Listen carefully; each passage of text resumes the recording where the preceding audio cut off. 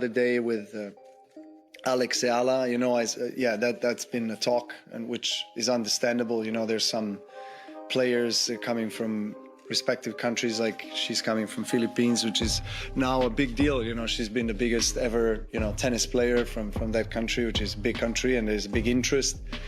So things like that happen. I mean, it's you could argue that it was, maybe a poor schedule, and maybe they could schedule them on a bigger court. Yes, but again, she's so young and she's just coming through. So, and obviously the first couple rounds, the schedule is so packed. The big courts with big names, it's difficult. It's not easy to manage that. But again, it's a good problem to have, to be honest. This was definitely one of the bigger Filipino turnouts. New York was huge. It was tough because it also depends what court you're on, that you feel the noise and things. I would say the top two so far have been Melbourne and New York. Aryna Sabalenka just had to sit there and watch her crown as the Australian Open's biggest attraction gets snatched in real time by Eala. Listen to this. The defending champion is out here delivering flawless, high-level tennis in front of half-empty stands, while 5,000 screaming fans pack into Court 6 just to catch a glimpse of a 20-year-old Filipino qualifier. You won't believe this, but the TV ratings, merchandise sales, and online hype surrounding Eala have now officially surpassed even the world #1. Hold up, the entire power structure in Melbourne didn't just shake, it flat out collapsed.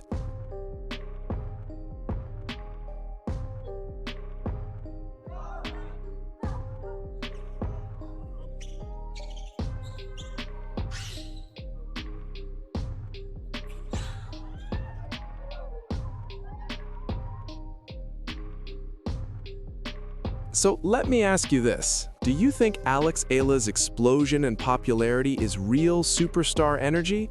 Or is it just massive Filipino community backing creating a momentary wave of hype? Be honest, drop your real opinion below. Now hold up, let's break down exactly what went down in Melbourne, because the magnitude of this shakeup is something modern tennis hasn't seen in a long time. Eala, a 20-year-old out of the Philippines, ranked outside the top 100, pulled in more spotlight, louder crowds, and heavier media attention than Aryna Sabalenka, the defending Australian Open champion and current world #1. And no, that's not spin or fan bias talking. That's cold, documented reality, backed by attendance numbers, broadcast ratings, and straight-up social media analytics.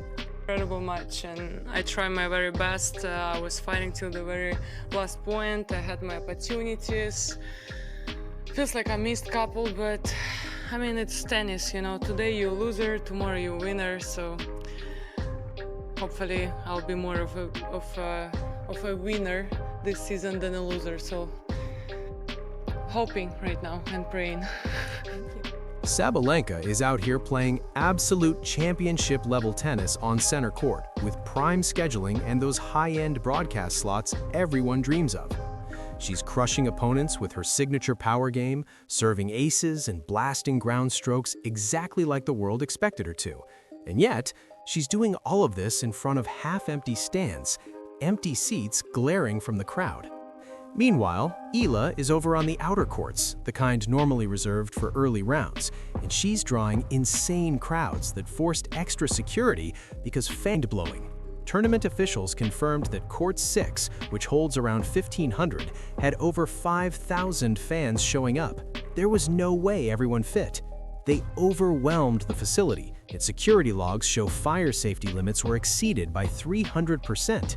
People were hanging off fences, screaming their support like it was a World Cup soccer match, not a polite tennis tournament. And here's where it gets brutal for Sabalenka. While she's on center court, televised, Eala is over on court 10 doing warm-ups, just practice swings, not even a real match.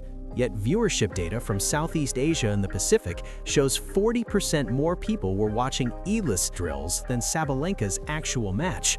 Read that again. Practice beats the defending champ in live audience numbers.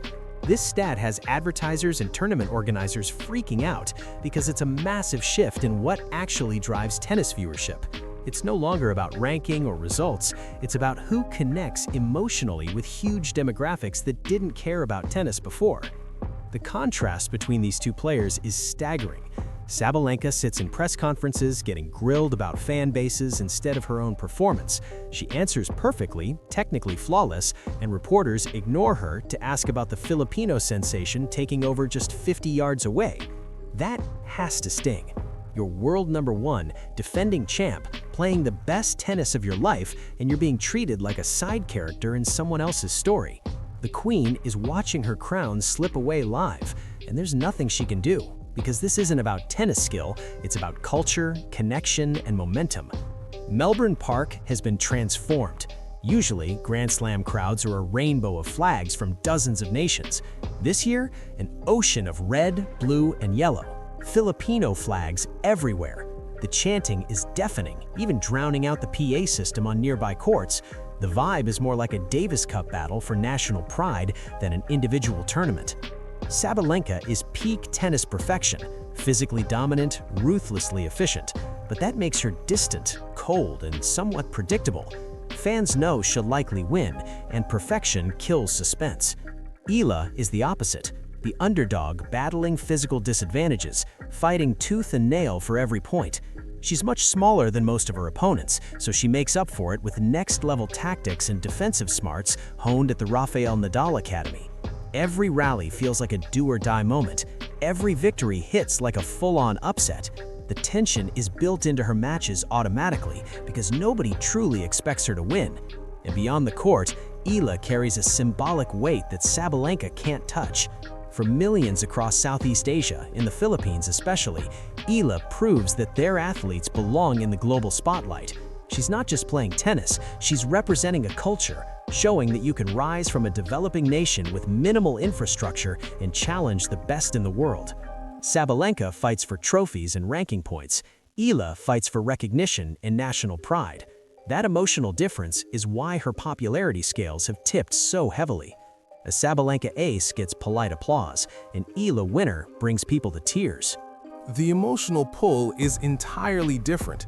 The nickname and the movement around Eala are especially meaningful. What started as a hashtag, a simple social media trend to celebrate her matches, has grown briefly and vanished. This nickname signals that this time, it's different. This marks the start of consistent excellence, not just a temporary spark that rattles traditional tennis powers in Europe and America because it points to a demographic shift in the sport. If Eala sparks the same cultural boom that Tiger Woods did in golf, or Goff and Serena Williams did in tennis for black athletes, the entire professional tennis landscape shifts. Already clear. Reports confirm that Nike, Adidas, and Wilson are locked in bidding wars to sign her. They know this isn't just about one player, it's about connecting with a whole corner of the globe that hasn't traditionally engaged with tennis. The potential revenue from tapping into the Filipino and wider Southeast Asian market is absolutely massive. Meanwhile, Sabalenka already has her endorsement deals locked and cash flowing in, financially secure. But she's watching brands throw bigger money at a lower-ranked player who has something she can't buy, cultural reach that goes beyond the sport. The evolution in Eala's game proves this isn't just hype fueled by nationalism. She's legitimately elite. Her serve, once a weakness as a teen, is now a weapon. That left-handed slice serve pulls opponents wide, creates angles, and reminds you of Nadal's serve at his peak. But the biggest leap is mental. In a recent match against the higher-ranked American, Eala dropped the first set badly. The old version of her would have crumbled, lost in straight sets. Instead, she steadied herself, used the crowd's energy, and came back to win in 3. That kind of mental toughness separates potential from true champions at the top. Sabalenka, on the other hand, struggles when crowds turn hostile. She's admitted that negative energy affects her play. Eala thrives on chaos. The louder the crowd, the better she performs. That's an intangible edge you can't coach or train. It's personality, and it gives her from Singapore, Jakarta, Hong Kong, and across Southeast Asia, not for the tournament, but for her. That's a true cultural phenomenon, not just the sports story. In Manila, it's even crazier. Traffic stops, corporate productivity drops, professors cancel classes to project her matches for students. This is the same obsession Filipinos had for Manny Pacquiao, but tennis has zero cultural roots there.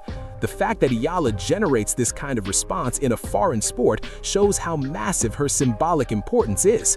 Sabalenka must be processing all of this, wondering how she became secondary at a tournament she's dominating. Her tennis is better, her results are superior, her ranking higher, and none of it matters because popularity isn't about skill, it's about emotional connection. That brutal press conference where reporters asked her about Eala's fan base instead of her own performance is the perfect example. She smiled, answered professionally, but the frustration was clear. She's there chasing another title and no one cares. They're obsessed with the Filipino qualifier on the outer courts. That's a psychological blow that's hard to shake. It forces the reality check. Being the best player doesn't automatically make you the most important player. Star power runs independently of tennis skill, and right now, Eala has it, Sabalenka doesn't. Look at history. Serena Williams brought huge new audiences, Sharapova opened Russian markets and made tennis cool for youth, and Li Na changed the model for China. Eala is triggering that same type of shift, but specifically for Southeast Asia and the global Filipino diaspora. Wherever Filipino communities exist, Eala now has built-in fan bases ready to show up and create the kind of electric atmospheres we saw in Melbourne. That's a true career-long competitive edge. The big question, is this surge permanent or just a flash of novelty? The nickname, The Era, tells us fans think it's here to stay. The massive sponsor investment says corporations believe it's permanent. Even the infrastructure changes tennis authorities are planning to handle bigger crowds at her matches signal that everyone expects this to be the new normal. Sabalenka is probably hoping it's temporary, that once Eala loses or gets injured, everything will go back to the way it was. But history shows otherwise. When a demographic starts caring about a sport because of one player, they usually stay engaged even after that player is gone. Serena. And here's the twist. She doesn't even have to win the tournament to cement this story. If she loses tomorrow, it changes nothing. She's already proven she can command global attention and generate economic impact that overshadows the defending champion. That's a permanent shift in tennis hierarchy that can't be reversed. Sabalenka might lift the trophy, she might add another Grand Slam to her record, but Sabalenka just got outshined by a 20-year-old qualifier who drew bigger buzz, larger crowds, and higher viewership despite being ranked 100 spots lower. The Australian Open has officially been claimed by Eala. No matter who takes the trophy, star power just proved it matters more than rankings, and Sabalenka is learning that lesson the hard way. Drop your thoughts in the comments, and if you're rocking with the breakdown, make sure you like and subscribe.